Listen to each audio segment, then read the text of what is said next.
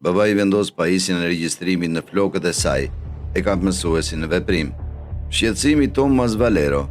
Çdo ditë pas shkollës, Thomas Valero e shikte vajzën e tij të vogël duke qarë dhe e dinte se diçka nuk shkonte mirë. Kur më në fund arriti në fund të problemit, ai nuk mund ta besonte atë që kishte ndodhur.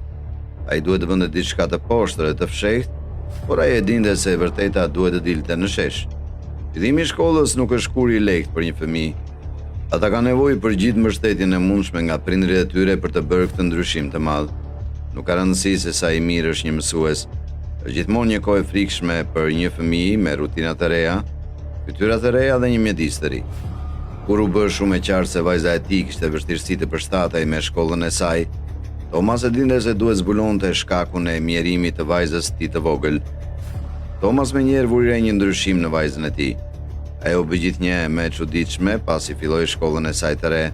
Në fillim, Thomas supozoi se ishin thjesht nerva të lidhura me takimin me njerëz të rinj dhe përpjekjet për performuar mirë. Por kur u përkeqësua me kalimin e kohës, ai e dinte se kishte diçka më shumë në të që ai nuk po e shihte. Gjithnjë më shpesh, vajza e Thomasit filloi të qante dhe të lutej që të qëndronte në shtëpi. Përfundimisht, kjo u bë një rutinë e përditshme në familjen Valero. Çdo mëngjes, vajza e tij e vogël shpërthente në lot. Kuptohet që Thomas ishte shumë i shqetësuar për këtë. Situata vazhdoi të përkeqësohej derisa më në fund ai nuk mund ta përballonte më. Ditët u kthyen në javë dhe javët u kthyen në muaj. I gjithë entuziazmi dhe gëzimi dukeshin të zhdukur nga vajza e tij dhe ajo që ishte më e keqja, sa më shumë koha kalonte, aq më shumë friksohej të shkonte në shkollë. Çdo mëngjes ishte një betejë vullnetesh, por ajo ishte qartësisht e tmerruar. Situata u përkeqësua shumë, saqë ajo nuk donte të shkonte fare në shkollë.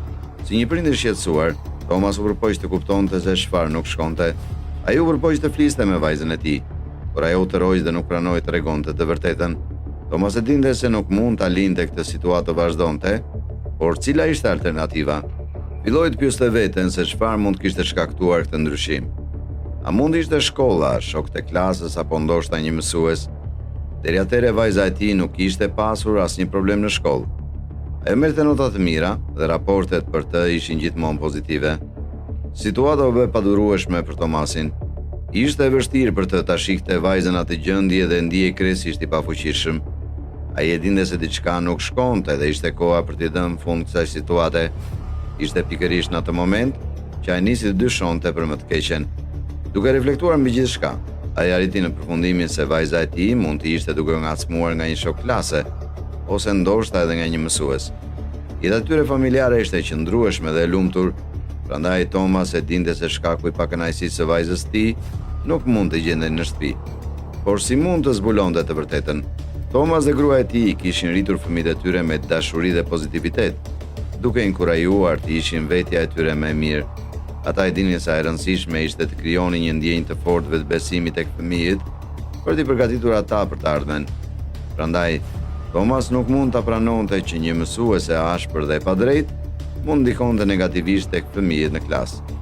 Pasi e mendoi gjatë, ai më në fund doli me planin perfekt.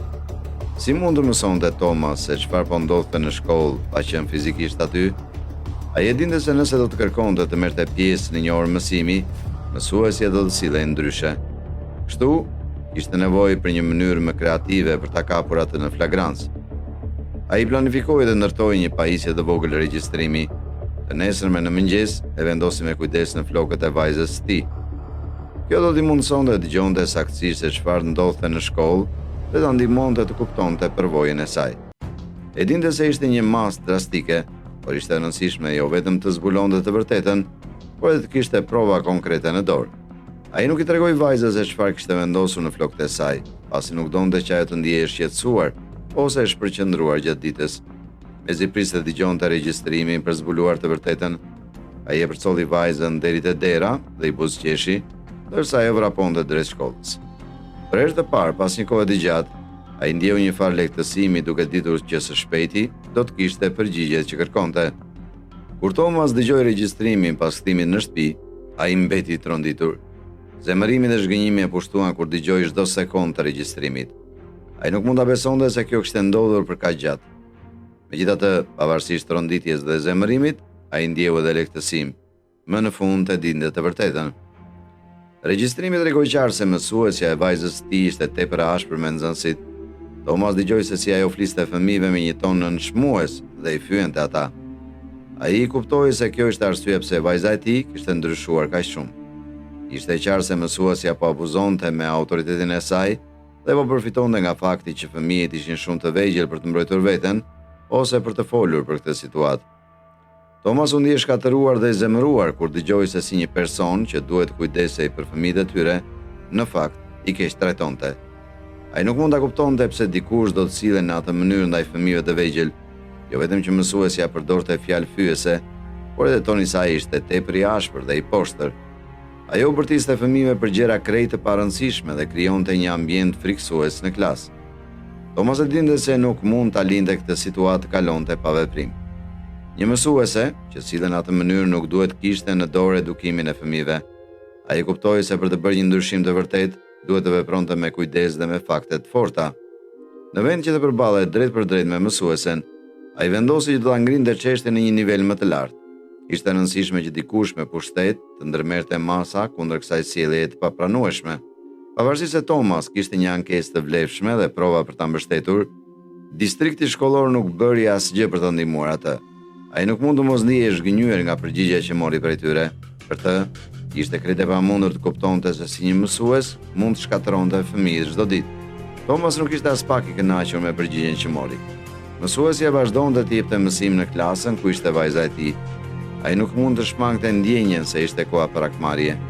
Shumë shpejt, ai mori vendimin që të vepronte në lidhje me mësuesen, zonjën Duncan. Shkolla i ofroi mundësi për ta transferuar vajzën e tij në një klasë tjetër, por për Thomas, kjo nuk ishte vetëm për vajzën e tij.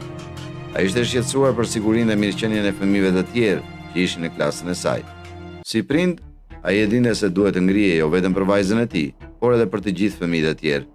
Ai ishte zhgënjur që shkolla nuk po ofronte mbështetje të mjaftueshme ose masa më të forta për ndryshuar gjendjen. Ai e dinte se kjo mund të kishte një ndikim të qëndrueshëm në jetën e të gjithë fëmijëve që kishin kontakt me zonjën Duncan. Edhe pse ai dhe prindrit e tjerë protestuan së bashku, shkolla nuk bëri asgjë për të ndryshuar gjërat.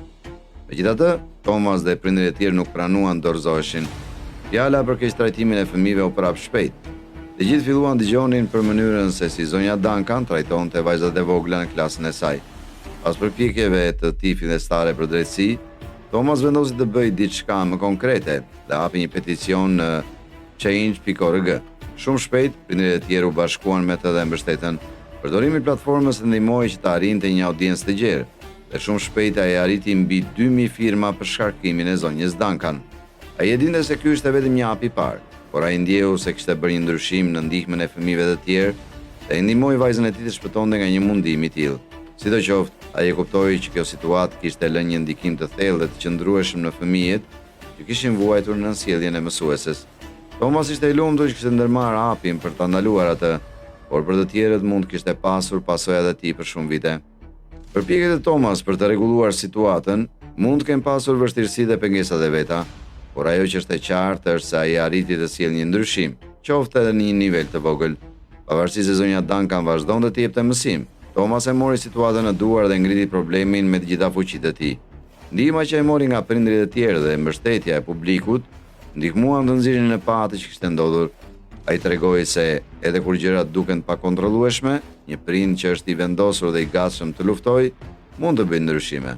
Në këtë kontekst, përpjekjet e tij janë një shembull i vendosmërisë për të mbrojtur fëmijët dhe për të siguruar që ata të rriten në një mjedis të sigurt dhe të mbështetur. Gjithashtu, kjo përvojë ndihmoi Thomas të kuptonte se sa e rëndësishme është të jesh një prind aktiv dhe i kujdesshëm. Ai kuptoi se gjithmonë duhet të mbajë vëmendje për fëmijët e tij, për t'i mbështetur ata në çdo hap të rrugës.